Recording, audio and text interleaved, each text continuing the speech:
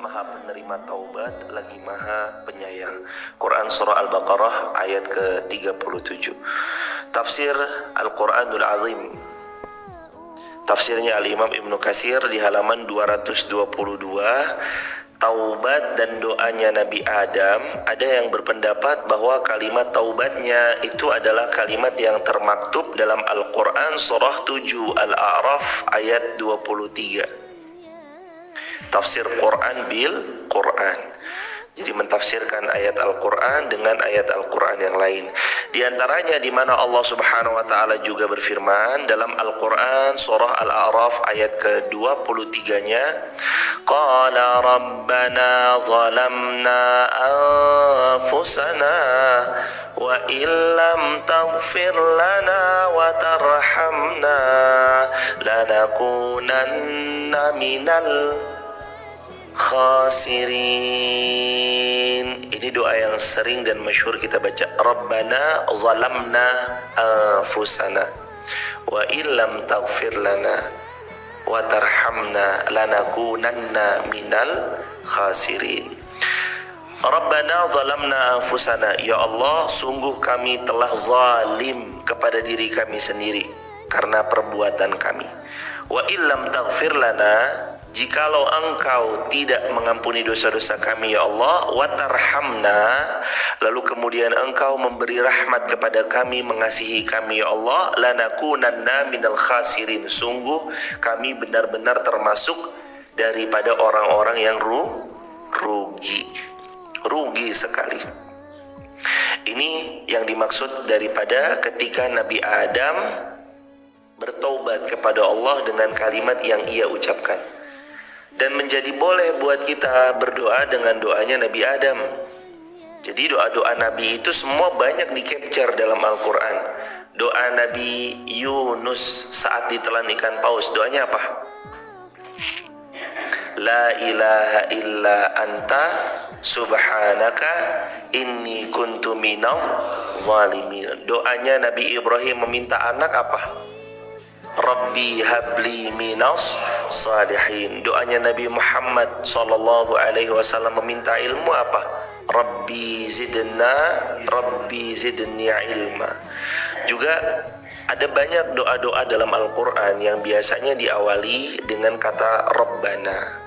Itu boleh dipakai untuk sarana berdoa, dan bahkan para ulama itu mengklasifikasikan doa dari Al-Quran sebagai doa top ranking number 1. Jadi nomor 1 berdoa dari ayat Al-Quran, nomor 2 dari hadis Nabi, nomor 3 dari doa-doa para sahabat, tabi'in, tabi'ut tabi'in. Contoh doanya tabi'in bernama Al-Imam Hasan Al-Basri, doanya adalah Allahumma arinal haqqa haqqa warzuqna ittiba'ah wa arinal batila batila warzuqna tinabah. Contoh itu. Jadi doa dari Al-Quran boleh untuk dipakai, dan itu termasuk doa terbaik. Kalau adab keseluruhan pernah kita pelajari dalam kitab Muntaqo Al-Adab Asy-Syar'iyyah wal Minah Al-Mar'iyah. Gimana adab-adab berdoa? Yang pertama memuji Allah, yang kedua bersolawat kepada Rasulullah, yang ketiga merendahkan hati diri kepada Allah. Ya Allah, ini hamba-Mu yang hina datang kepada Engkau yang maha mulia. Ini hamba-Mu yang tidak berilmu datang kepada Engkau zat yang maha berilmu. Ini hamba-Mu yang miskin datang kepada Engkau zat yang maha kaya. Seperti itu jemaah. Jadi kita itu yang ketiga merendahkan diri kita di hadapan Allah. Baru nanti yang keempat masukkan hajat yang diinginkan, disisipkan. Itu adab-adab berdoa. Tentunya nanti ada banyak juga, diantaranya cari waktu yang mustajab, miliki wudu, kemudian hendaknya dia berdoa lepas sholat, berdoa ketika hujan turun, berdoa ketika di sepertiga malam terakhir, berdoa ketika sedang terzalimi, berdoa ketika sedang safar, berdoa ketika perang berkecamuk, berdoa ketika azan berkumandang, berdoa ketika antara azan dan iqamah, berdoa ketika di hari Arafah, berdoa ketika sedang di multazam berdoa ketika, sedang di raudhah berdoa ketika, sedang umrah di sa'i sofa marwah berdoa ketika, di majlis ilmu berdoa ketika, sedang banyak beramal saleh atau setelah beramal saleh berdoa ketika, duduk di majlis ilmu, itu pun semuanya bagian dari tempat mustajab doa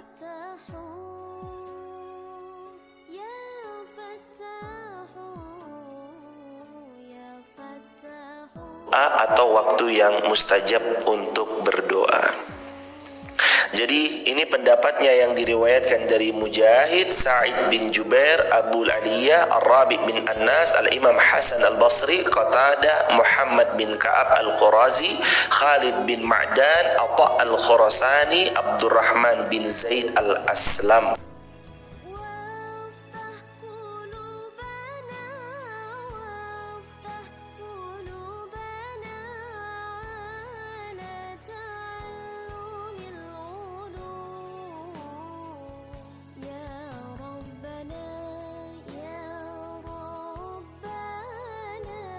Pengakuan, isinya pengakuan. Orang itu kalau pernah berbuat salah, keliru, akui kesalahan itu. Dan biasanya orang-orang yang kalau dia salah, mengakui kekeliruannya, lebih cepat introspeksi diri yang membuat beliau lebih baik daripada biasanya kalau ada satu kekeliruan mengkambing hitamkan orang lain. Gak akan pernah berevaluasi, gak akan pernah berubah jadi lebih baik, dan gak akan pernah mengevaluasi dirinya. Orang-orang yang selalu mengkambing hitamkan orang lain. Jadi yang namanya taubat, yang namanya kalau kita buat salah, itu tujuan utamanya bukan faktor eksternal, orang luar bukan, tapi internal, diri kita. Makanya kalimat taubatnya Nabi Adam, Rabbana zalamna anfusana. Quran surah Al-A'raf ayat 23. Ya Allah, sungguh kami telah zalamna, zalim kami ini ya Allah, anfusana, kepada diri sendiri. Wa illam taghfir lana, setelah mengakui kezaliman yang dilakukan oleh diri sendiri, semua itu ya karena faktor internal, nggak nyala-nyalain syaitan, nggak nyala-nyalain siapapun. Wa illam taghfir lana, lalu kemudian dia kembali kepada Allah, dia tahu bahwa Allah tetaplah zat yang maha pengampun. Kalau saya nggak dapat ampunanmu ya Allah, kan begitu ya, wa illam taghfir lana wa tarhamna, kalau saya nggak dapat ampunanmu ya Allah dan saya nggak dapat kasih sayangmu ya Allah, lanakunanna minal khasirin, hamba rugi ya Allah. Artinya setelah dia mengakui kesalahan, hendaknya dia kembali kepada Allah untuk memohon ampun. Kalimatnya banyak. Gimana varian kalimat mohon ampun? Yang paling simpelnya astaghfirullah. Mau agak ada tambahan sedikit, astaghfirullah wa atubu ilaih. Mau agak lebih panjang lagi, Allahumma anta rabbi la ilaha illa anta khalaqtani wa ana abduka wa ana ala ahdika wa wa'dika mastata'tu a'udzubika min syarri ma sana'tu abu'u laka bi ni'matika alayya wa abu'u bi dhanbi faghfir li fa innahu la yaghfiru dzunuba illa anta. Kata Rasulullah di riwayat Bukhari, siapa yang membaca Sayyidul Istighfar di waktu pagi, wafat sebelum petang, maka baginya ia akan dicatat sebagai calon penghuni syurga. Siapa yang membaca Sayyidul Istighfar di waktu petang, wafat ia sebelum pagi harinya, maka dia akan dicatat sebagai penghuni syurga. Maka dalam satu hari bacalah Sayyidul Istighfar minimal 2 kali, pagi dan petang, subuh dan asar atau subuh dan maghrib. Baca, jangan sampai dilewati.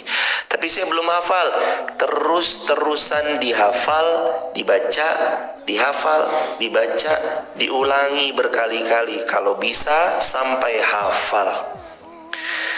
Saya sudah berusaha baca, tapi kok belum bisa juga. Coba latih di talqin. Ini handphone kita kan punya aplikasi. namanya recording. Di aplikasi recording silahkan direkam Allahumma anta rabbi la ilaha illa anta sampai seterusnya terakhir illa anta. Terus Anda dengerin 10 kali per hari, kurang dengerin 50 kali per satu hari, kurang dengarkan 100 kali per satu hari, supaya nanti kita hafal. Hadirin, dulu kita belum hafal, Mas Bapak. Hadirin, dulu kita belum hafal sebagian zikir pagi. Ya Allahumma bika asbahna wa bika amsayna wa bika nahya wa bika namut wa ilaika nusyur. Allahumma anta rabbi sampai illa anta. Allahumma inna nas'aluka ilman nafi'an, dan seterusnya sampai radina billahi rabbana bil islami dinan wa muhammadin nabiyya wa rasul rabbi zidna ilma warzuqna fahma. Kenapa hafal? Dua faktornya. Satu, ditalkinkan. Dua, diulang-ulang.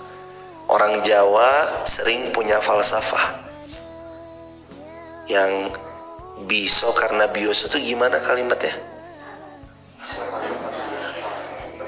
Apa bahasa Jawanya? Ala, iya, pokoknya itu.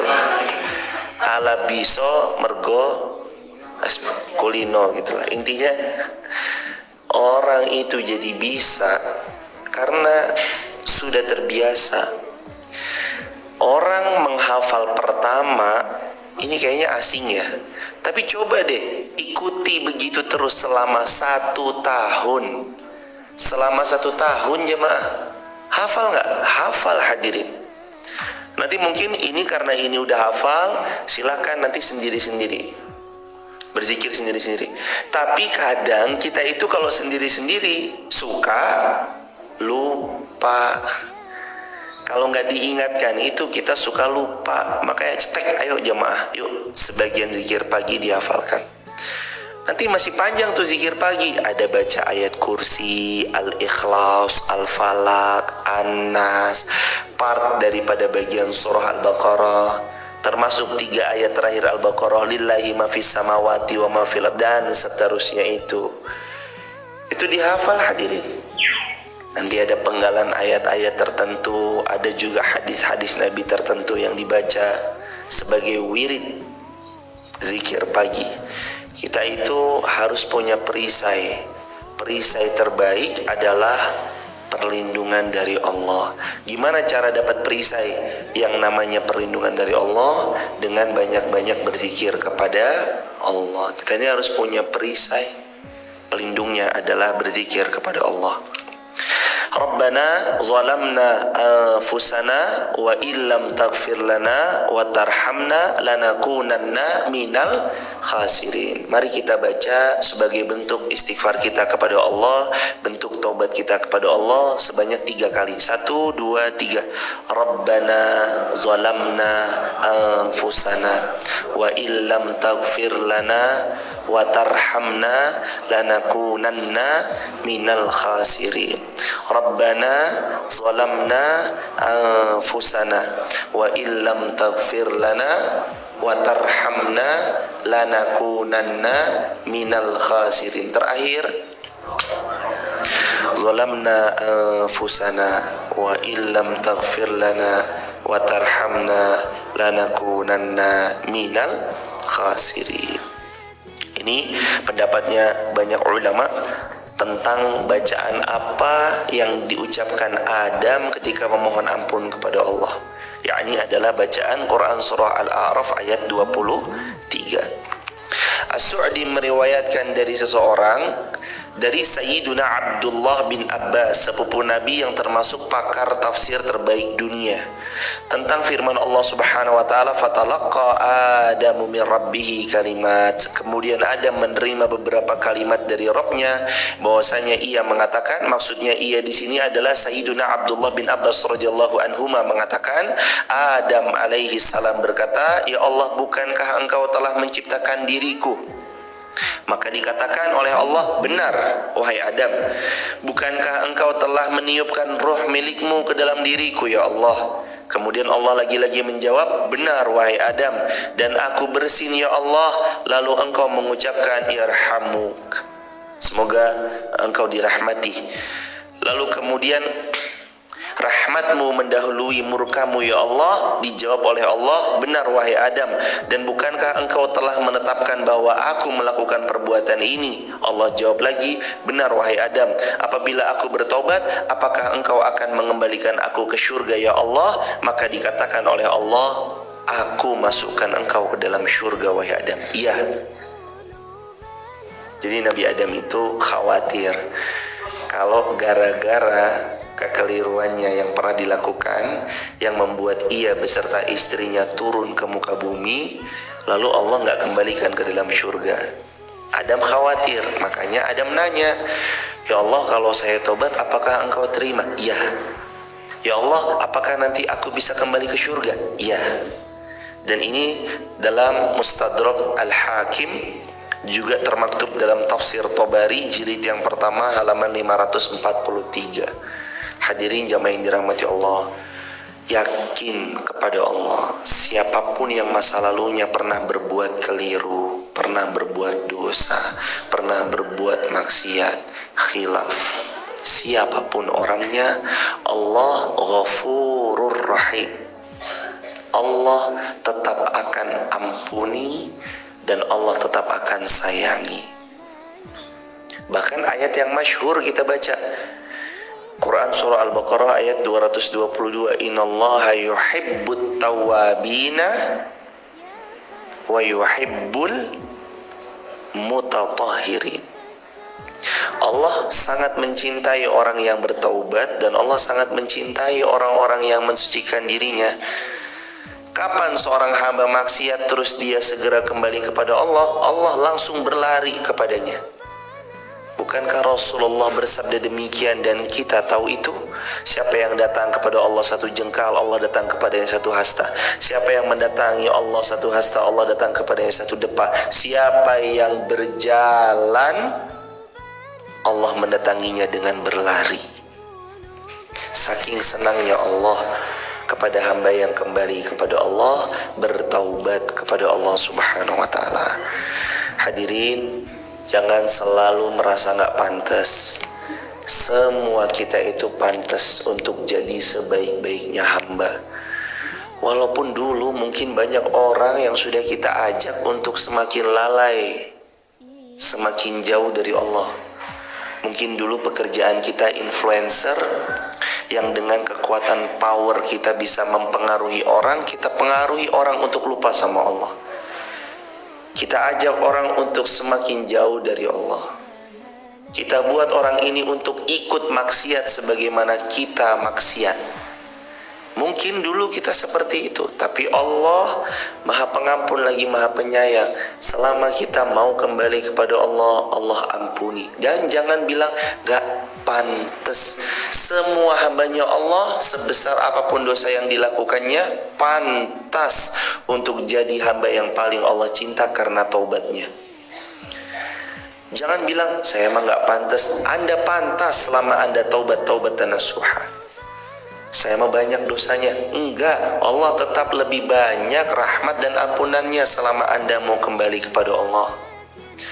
Saya mah apa atuh, dulu saya udah pernah berbuat dosa dari yang kecil, sedang sampai dosa yang paling besar. Puncaknya dosa syirik, yakni sudah pernah saya lakukan. Anda walaupun pernah berbuat dosa yang paling besar bernama syirik, asalkan taubat jujur dengan taubatan nasuha, Allah ampuni dosa-dosa Anda. Dan siapa lagi yang bisa mengampuni dosa kalau bukan Allah? Kita mau nyari siapa kalau bukan mencari Allah? Anda mau datang kepada siapa kalau Anda nggak datang kepada Allah? Segera, jangan ditunda. Karena kita nggak tahu usia kita sampai di mana. Diriwayatkan oleh Imam Al-Hakim dalam kitab Mustadrak beliau dari hadis Ibnu Jubair dari Abdullah bin Abbas bahwa sanad hadis ini sahih. Yang tadi dikatakan bahwasanya sanad hadis ini sahih, bahwa Nabi Adam itu bertanya kepada Allah, ya Allah, bukankah engkau yang menciptakan aku? Iya. Bukankah engkau yang begini begitu? Iya. Bukankah engkau yang maha pengampun, rahmatmu lebih besar dari murkamu ya Allah? Iya. Kalau aku bertobat, apakah aku kembali ke surga? Allah jawab apa?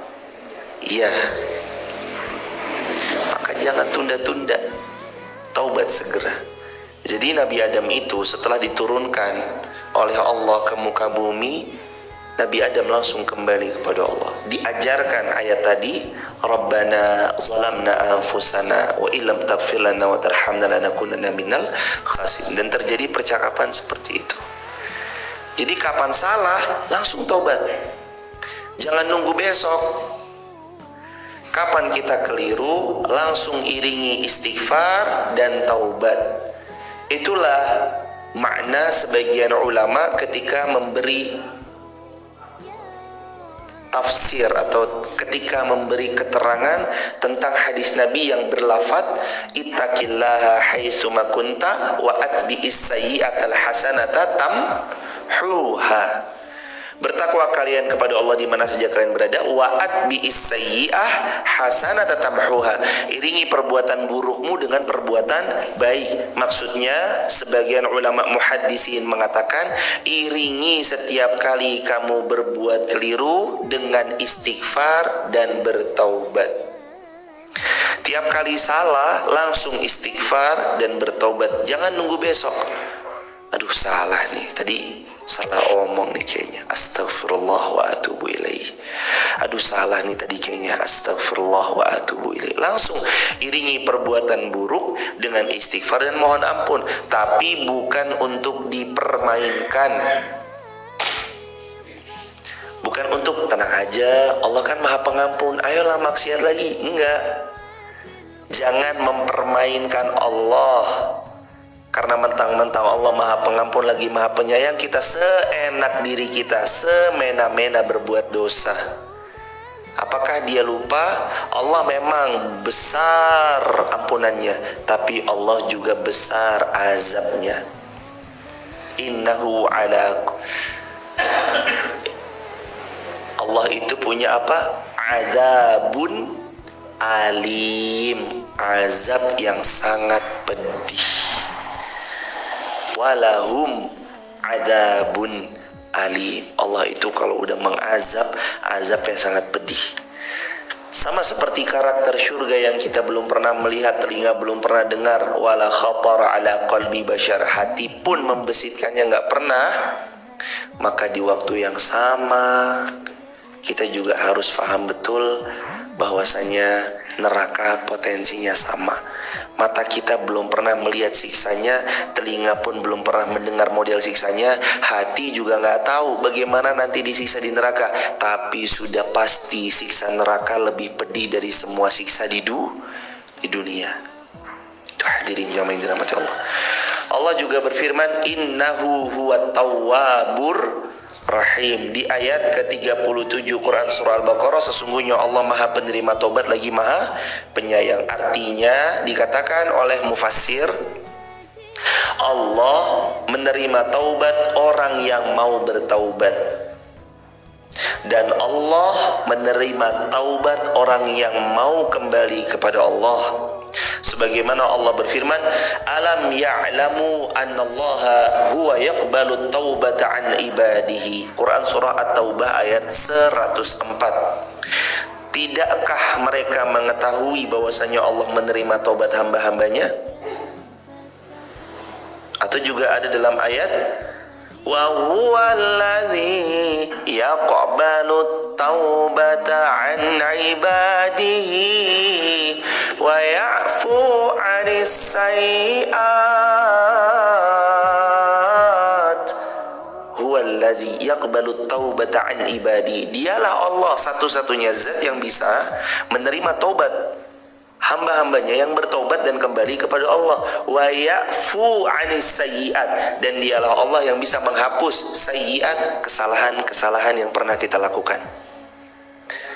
Maka sahabat yang dulu pernah berbuat dosa dari kecil, sedang sampai besar, kembali segera kepada Allah, jangan tunda-tunda. Sungguh Allah maha penerima taubat dan Allah yang bisa menghapus dosa-dosa kita yang begitu banyaknya. Jangan tunda sampai besok, belum tentu besok itu hari ada buat kita. Sekarang waktunya, jangan tunda nanti, sekarang waktunya. Jangan tunda besok, sekarang waktunya. Jangan bilang masih muda, sekarang waktunya. Jangan bilang terlambatlah, saya udah nggak ada potensi diterima. Nggak ada kata terlambat. Selama hayat masih di kandung badan, taubat segera sebelum nyawa sampai di kerongkongan. Kalau nyawa sudah sampai di kerongkongan, tertutup pintu taubat. Sebagaimana sabda Nabi SAW, Innallaha yaqbalu taubatal abdi malam yughargir. Sesungguhnya Allah menerima taubat seorang hamba malam yughargir, selama nyawanya tidak sampai di kerongkongan. Selama nyawanya belum sampai di kerongkongan, Allah terima taubatnya. Hayo. Selama apa lagi? Taubat tertutup ketika matahari terbit dari tempat terbenamnya. Yakni matahari kalau di kita terbit dari barat. Saat matahari terbit dari tempat terbenamnya, pintu taubat ditutup. Maka alhamdulillah pagi ini matahari masih terbit dari timur, segera taubat. Kembali kepada Allah. Ada sebagian ulama yang sampai-sampai saking takutnya setiap hari Jumat pagi beliau itu naik ke salah satu gunung yang tinggi, lalu memperhatikan dari mana matahari terbit. Lepas sholat subuh naik ke gunung yang tinggi di satu wilayah, dia menyaksikan dari mana matahari terbit. Alhamdulillah, begitu dari timur tenang ia. Turun ia, aktivitas kembali seperti itu. Setiap Jumat, karena Nabi SAW bersabda, datangnya kiamat pada hari Jumat. Entah Jumat kapan, ini hari Jumat betul, tapi entah Jumat kapan, Allahu a'lam bishawab, itu hanya Allah yang mengetahui. Tapi ketika Nabi ditanya, ya Rasulullah mata sa'ah, ya Rasulullah kapan hari kiamat terjadi, Nabi hanya menjawab, ma'adatta laha, apa yang kamu persiapkan untuk jumpa hari kiamat. Ya Rasulullah, saya nggak ada persiapan, bikasratis shalah, dengan banyaknya sholat kecuali yang wajib-wajib, atau dengan banyaknya wala siyamin, berpuasa kecuali puasa yang wajib-wajib. Tapi saya mencintaimu ya Rasulullah. Kata Rasulullah, anta ma'aman ahbabta, kamu akan dibangkitkan bersama orang yang kamu cinta. Allah berfirman dalam Al-Quran surah An-Nisa ayat 110, wa may ya'mal su'an aw yazlim nafsah. Ini yang sering saya baca, An-Nisa ayat 110. Wa may ya'mal su'an aw yadhlim nafsah thumma yastaghfirillah yajidillah ghafurur rahima. Dan barang siapa yang mengerjakan kejahatan lalu dia menganiaya dirinya sendiri, summa kemudian yastaghfirillah, dia mohon ampun kepada Allah, yajidillah ghafurur rahim, maka dia akan dapati Allah itu ghafur, maha pengampun, rahim lagi maha penyayang luar biasa sama hamba-hambanya. Kalau kita benar mau kembali kepada Allah, Allah itu maha ghafurur rahim, pengampun lagi maha penyayang. Wa man taba wa amila salihan. Tapi juga dijelaskan dalam Al-Furqan ayat ke-71, siapa yang bertobat tapi nggak berhenti cuma taubat doang, wa amila salihan, lalu kemudian menyegerakan dirinya dengan memperbanyak amal salih. Makanya syarat taubat nasuha 3. Imam Nawawi menyebutkan syarat yang pertama, meninggalkan seketika, itu namanya taubat. Ada dosa yang masih menyangkut dalam diri kita, buang jauh-jauh seketika, detik itu juga itu bertobat. Lalu taubat nasuha itu yang kedua, berjanji tidak akan mengulangi. Sampai kalau kita jatuh kepada pengulangan yang sama, dosa itu diperbuat lagi dan lagi, namanya tidak taubatan nasuha. Kalau orang udah taubat itu meninggalkan seketika yang pertama, yang kedua janji tidak mengulangi, dan dia itu menyesal. Dia nggak mau balik lagi ke fase-fase jahiliyah itu. Saya nggak mau balik lagi ke fase-fase itu. Saya nggak mau balik lagi ke maksiat itu. Saya nggak mau balik lagi ke tempat-tempat yang lama. Saya nggak mau balik lagi. Seperti orang itu nggak mau dimasukkan ke jurang api neraka. Itu namanya taubat. Janji tidak ulangi. Terus yang terakhir kata Al-Imam An-Nawawi rahimahullah, taubat itu ini nih, man taba wa amila salihan. Kalau orang mengatakan taubat, Quran surah Furqan ayat 71, pasca dia ikrar bertaubat, isi hari-harinya dengan amal salih, perbanyak amal salih. Itu mah udah taubat tuh, tapi kadang suka kumat. Ini belum taubat nih, karena masih suka kumat. Kalau taubat ya udah taubat. Tapi saya itu kadang kalau di dropin mentalnya sama orang, saya itu teringat, kamu dulunya kayak apa, jangan sok suci kamu, munafik kamu tuh begini-begini. Kadang saya itu pengen kembali deh. Lo jangan terpengaruh. Memang di hukum psikologi itu ada pengertian, ada satu ilmu yang namanya labeling. Dalam ilmu psikologi ada yang namanya labeling. Labeling itu adalah satu fase di mana orang ini sering diucap sesuatu yang tadinya dia nggak melakukan, tapi karena dilabeli oleh masyarakat dengan label tertentu, akhirnya dia menjadi seperti label yang dilabelkan kepadanya. Contoh, ada orang nih sebenarnya nggak selingkuh, tapi lingkungannya tuh selalu menuduh nih selingkuh, dilabeli dengan selingkuh. Padahal nih orang nggak selingkuh. Tapi kalau dia nggak punya iman, kadang ya udahlah, saya nggak selingkuh, tetap aja dituduh selingkuh. Mending saya selingkuh sekali. Nauzubillah tuh sampai mengucap begitu tuh. Ini sekali lagi ya jemaah, kalau orang tidak punya iman. Tapi kalau orang yang beriman, dia nggak peduli sama label yang diberi sama manusia. Labeling yang disematkan manusia ditepis sama dia. Apa sih? Saya nggak kayak gitu. Terserah mau ngucap A, B, C. Saya tidak selingkuh, misalkan kayak gitu ya. Saya tidak berbuat keji, tidak. Udah. Bunda Aisyah bahkan jemaah radhiyallahu anha pernah loh dituduh selingkuh sama Sofwan bin Mu'attal. Sampai-sampai tersiar satu kabar ini di kota Madinah bahwa Bunda Aisyah radhiyallahu anha selingkuh.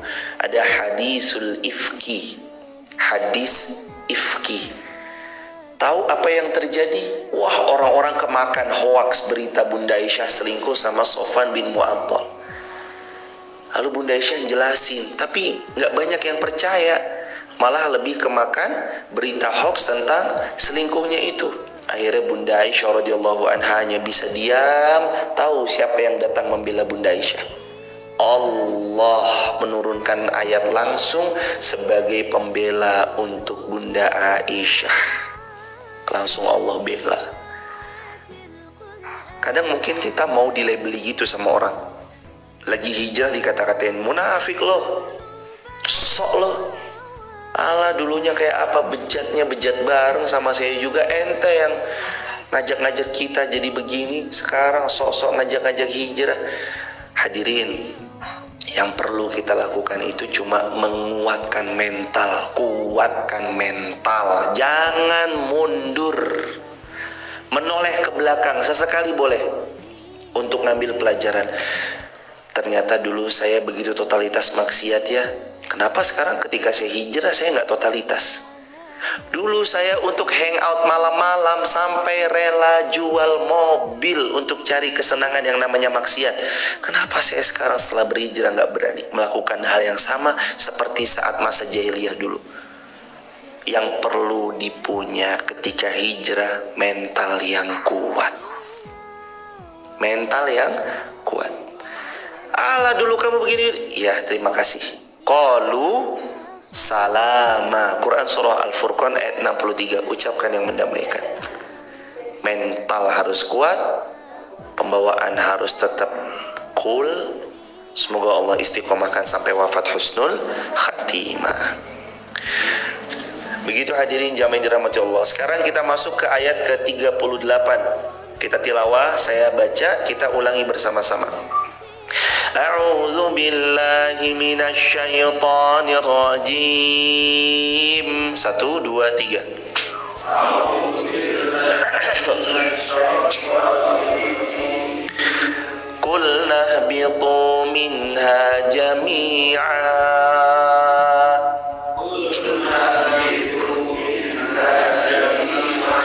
Fa imma ya'tiyannakum minni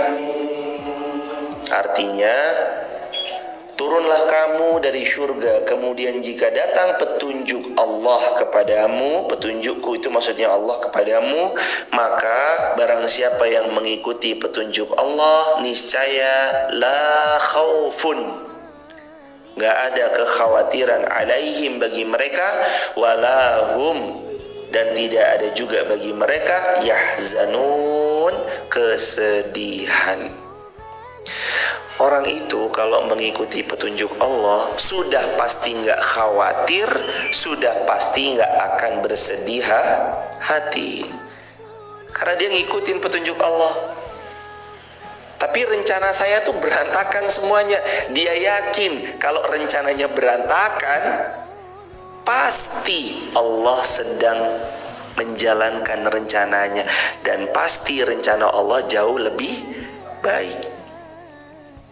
Saya gagal, orang tua pengen jadi PNS, tapi Ustadz saya udah ngelamar, gagal. Katanya tahun depan suruh ngetes lagi, coba lagi. Saya udah belajar, gagal. 3 kali coba lagi, pokoknya belum 3 kali bapak ibu belum marem. Katanya begitu Ustadz, saya belajar untuk tes CPNS. 3 kali Ustadz, gagal. Saya ini kayak gak ada harapan nih, beban orang tua doang. Jangan bilang gitu. Wa asa an takrahu syai'an wa huwa khairul lakum. Boleh jadi engkau enggak suka sama yang terjadi, wa huwa khairul lakum, tapi itulah yang terbaik buat kita menurut Allah. Khairul lakum. Ini loh yang terbaik buat kamu tuh bukan jadi PNS misalkan ya. PNS mah baik semuanya. Tapi misalkan dalam episode ini orang ini itu 3 kali tes, gagal. Boleh jadi menurut Allah itu yang terbaik buat dia. Tapi saya kok begini-begini aja. Baik sangka sama Allah. Coba deh. Wa ma min dabbatin fil ard illa 'alallahi rizquha. Enggak ada yang melata di muka bumi kecuali Allah jamin rezekinya. Syaratnya ya kamu melata. Bahasa Jawanya ubet. Ya gerak. Coba. Pertama jualan helm, laris. Buka toko helm, tambah laris.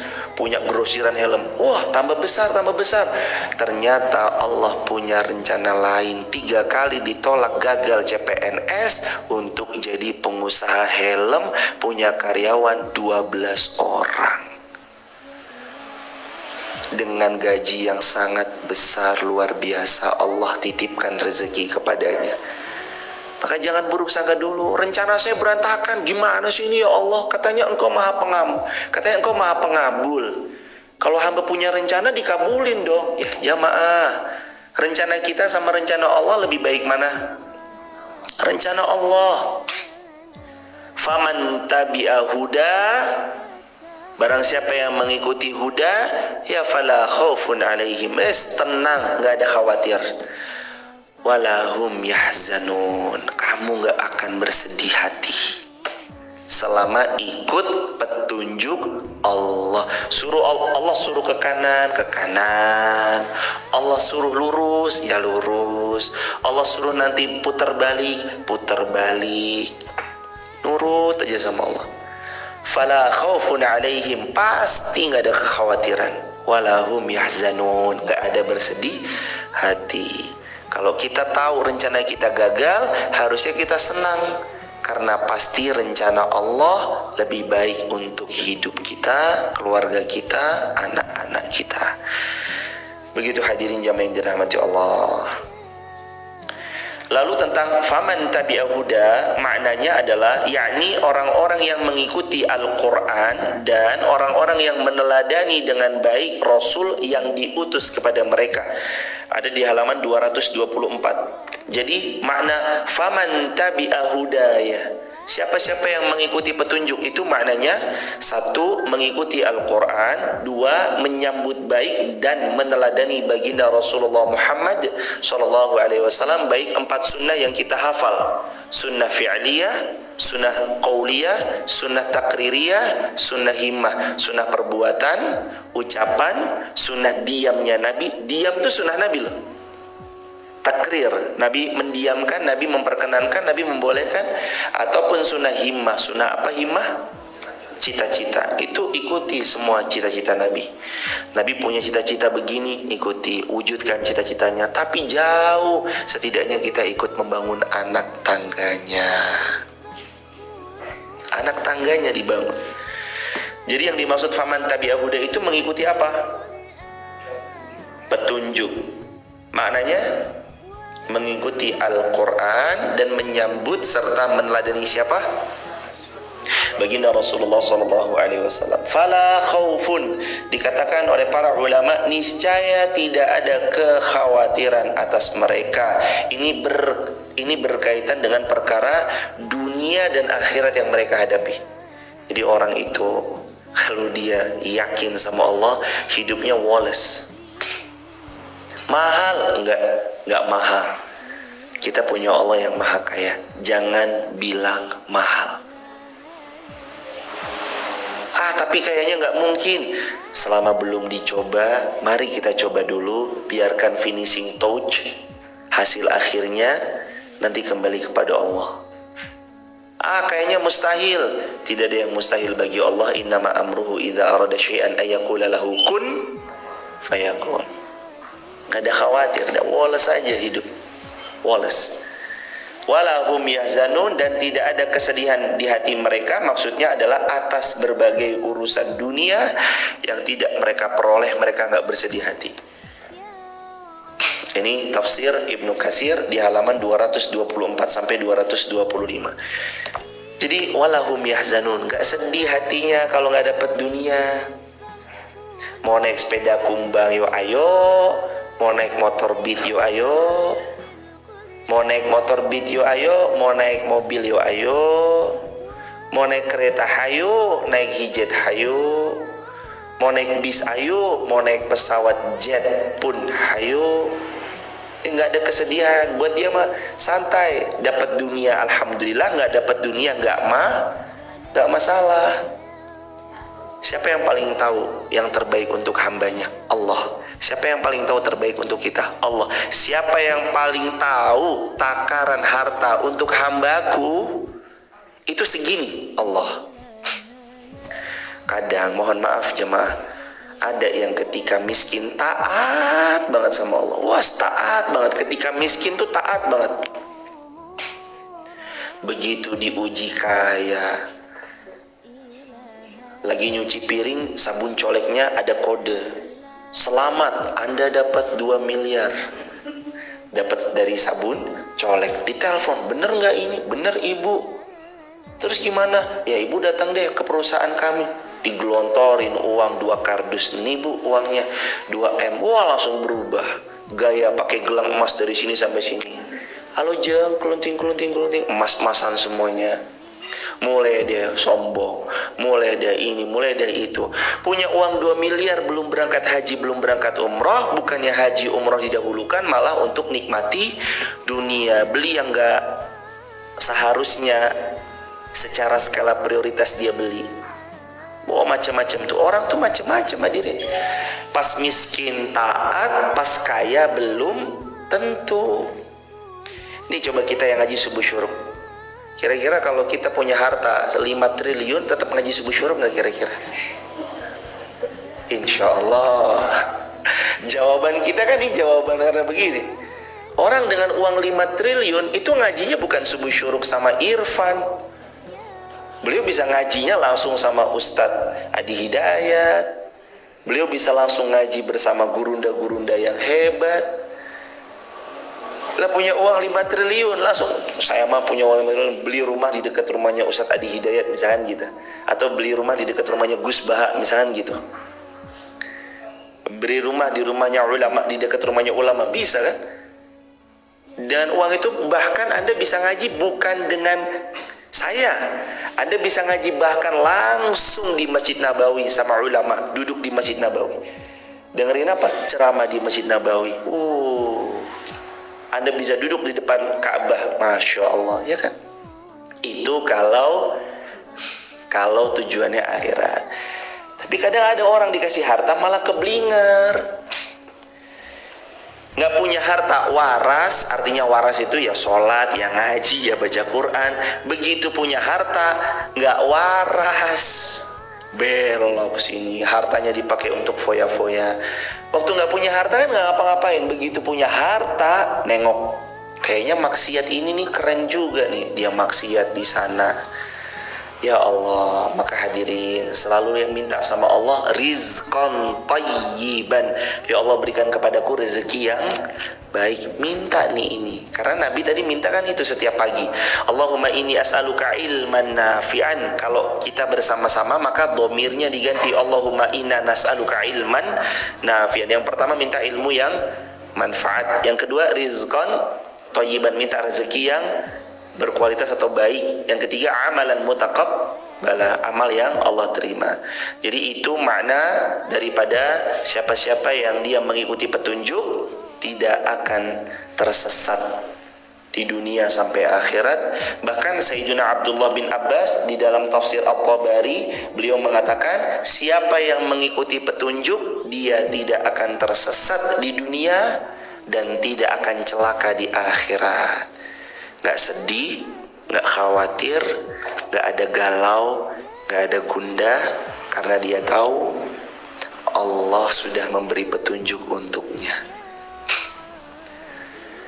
Tapi pasangan saya tuh ngeselin banget ya Ustadz. Quran surah 4 An-Nisa ayat 19, wa asa an takrahu syai'an wa yaj'alullahu fihi khairan katsira. Boleh jadi pasanganmu itu ngeselin banget, wa yaj'alullahu fihi khairan katsira, tapi di dalam diri pasanganmu Allah menitipkan kebaikan yang sangat banyak. Istri kita bukan bidadari, kita bukan malaikat. Istri kita punya kekurangan, kita sebagai suami punya juga kekurangan. Mari berlapang dada, ayo saling memperbaiki diri. Siapa yang rumah tangganya adalah untuk saling mengingatkan, saling support dalam ketaatan, dan berusaha untuk evaluasi dan memperbaiki diri, jadi rumah tangga yang sakinah, mawaddah, warahmah. Yakin pasti samawa. Barakallahu fikum.